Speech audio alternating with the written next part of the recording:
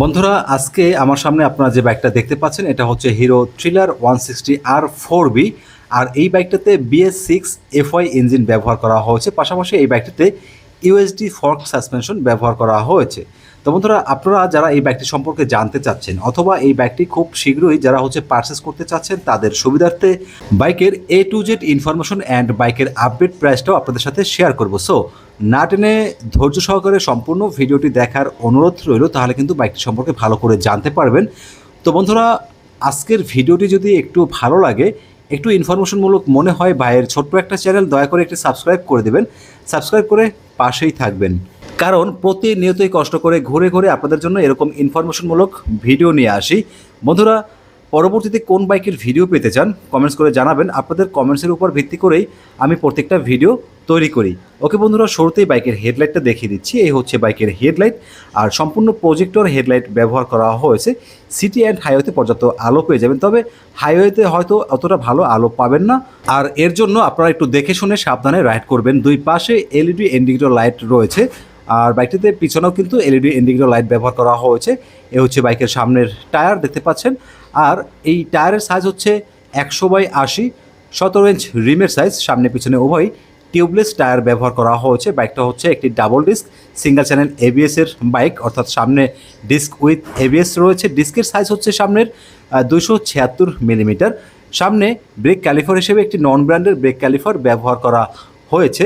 আর বাইকের সামনে সাসপেনশন হিসেবে KYB ব্র্যান্ডের একটি গোল্ডেন কালারের সাসপেনশন ব্যবহার করা হয়েছে, যার জন্য বাইকটি থেকে যখন উঁচু নিচু রাস্তাতে রাইড করবেন ভালো একটা পারফরমেন্স পেয়ে যাবেন। এই বাইকটিতে সিঙ্গেল হর্ন ব্যবহার করা হয়েছে, পাশাপাশি ইঞ্জিনের ওভার সেফটির জন্য ইঞ্জিনের সামনে শক্তপোক্ত একটি বাম্পার ব্যবহার করা হয়েছে। ওকে বন্ধুরা, দেখতে পাচ্ছেন ইঞ্জিনের দুই পাশে গার্ড রয়েছে, তবে একদম নিচেও যদি গার্ড থাকতো তাহলে কিন্তু বৃষ্টির সময় রাইড করলে সহজে ইঞ্জিনে কাদাবালু সিটে লাগতো না। বাইকে 4 স্ট্রোক সিঙ্গেল সিলিন্ডার অয়েল কুল 4 ভালভের একটি পাওয়ারফুল ইঞ্জিন ব্যবহার করা হয়েছে, আর ইঞ্জিন টাইপ হচ্ছে BS6। Engine displacement 163 CC, maximum power 16.67 bhp and maximum torque 14.6 newton metre. বাইকটিতে স্টার্টিং সিস্টেম হিসেবে শুধুমাত্র সেলফ পেয়ে যাচ্ছেন, কোনো কিক অপশন থাকছে না। এখানে লেখা রয়েছে অয়েল কুলার, মানে বাইকের ইঞ্জিন অয়েল কুলিং এটা হচ্ছে লেখা রয়েছে। বাইকটা থেকে টপ স্পিড তুলতে পারবেন প্রতি ঘন্টায় 120 থেকে 125 কিলোমিটার। তবে এটা অনুমান করে বললাম দর্শক বন্ধুরা, স্পিড যতই উঠুক না কেন আমি সবসময় বলি সবাই সবসময় কম গতিতে সাবধানে বাইক রাইড করবেন, কারণ বাইক অ্যাক্সিডেন্ট খুবই বিপজ্জনক। আর আপনি যখন সাবধানে বাইক চালাবেন আপনিও ভালো থাকবেন, আপনার ফ্যামিলিও নিশ্চিন্তে থাকতে পারবে। বাইকের ইঞ্জিনকে স্মুথলি অপারেট করার জন্য 5টি গিয়ার ব্যবহার করা হয়েছে। পাশাপাশি বাইকের যে ফুয়েল ট্যাঙ্ক দেখতে পাচ্ছেন, চমৎকার একটি ফুয়েল ট্যাঙ্ক প্রোভাইড করা হয়েছে। ফুয়েল ট্যাঙ্কের ইমিডিয়েট নিচে 160 লেখাটা রয়েছে স্টিকার আকারে, এবং থ্রিলার লেখাটা রয়েছে 3D আকারে। বন্ধুরা এই বাইকের ফুয়েল ট্যাঙ্ক ক্যাপাসিটি হচ্ছে 12 লিটার। পার লিটার ফুয়েলে অ্যাভারেজ মাইলেজ পেয়ে যাবেন 42 থেকে 45 কিলোমিটার। অনেক ইউজারের কাছ থেকে এমনটাই জানতে পেরেছি। এবং দর্শক বন্ধুরা এই বাইকের ফুয়েল ট্যাঙ্কের উপরে ইন্ডিকেট করা রয়েছে অকটেন ফুয়েল ওয়ানলি, অর্থাৎ কোম্পানি রেফার করে যেন বাইকটি আপনারা অকটেন দিয়ে রাইড করেন। অন্যান্য বাইকের মতনই এই বাইকে একটি পাইপ হ্যান্ডেল বার ব্যবহার করা হয়েছে, যার বাম পাশে সুইচ প্যানেল রয়েছে। এখানে আপার ডিপার, ইন্ডিকেটর, টার্ন সুইচ, হর্নের সুইচ এসব কিন্তু রয়েছে। আর সুইচ প্যানেলের পিছনে পাশ সুইচটা রয়েছে। ডান পাশে দুটি সুইচ রয়েছে, একটা হচ্ছে ইঞ্জিন অন অফের সুইচ, আর এক সুইচে 3 কাজ করে, ইঞ্জিন অন অফ প্লাস সেলফের সুইচ। গোল করে যে সুইচটা রয়েছে এটা হচ্ছে হ্যাজার্ডের সুইচ, যেটাকে এমার্জেন্সি সুইচ বলা হয়। আর এই যে দুটি লুকিং গ্লাস রয়েছে, এই দুটি আমার কাছে বেশ ভালোই লেগেছে। বন্ধুরা চেয়েছিলাম বাইকটি যে মিটার কনসোলটা রয়েছে প্র্যাকটিক্যালি আপনাদেরকে দেখাবো, বাট যখন এটা চাবি দিলাম দেখলাম যে বাইকের ব্যাটারিতে চার্জ ছিল না, যার জন্য প্র্যাকটিক্যালি দেখাতে পারলাম না। শুধু মানে দেখতে পাচ্ছেন কয়েকটা আইকন দেখা যাচ্ছে, আর এগুলো হচ্ছে এবিএসের যে সিগন্যাল, তারপরে সাইড স্ট্যান্ডের যে সিগন্যাল রয়েছে এগুলো আর কি। এছাড়া দরকারি সকল যাবতীয় ইনফরমেশন পেয়ে যাবেন, যেমন speedometer, odometer, trip meter, tachometer, time, gear show করবে ডিজিটালি। এছাড়াও ব্লুটুথ কানেক্টিভিটি ফিচারটা কিন্তু অ্যাভেলেবেল রয়েছে এই বাইকটাতে। বন্ধুরা এই বাইকে স্পিড সিট ব্যবহার করা হয়েছে, 2 জন বসে আরামসে রাইড করা যায়। আর বাইকের পিছনে যে গ্রাবরেল রয়েছে, গ্রাবরেল থাকার কারণে পিছনে যিনি বসবেন তিনি কিন্তু আরামসে ধরে বসতে পারবেন।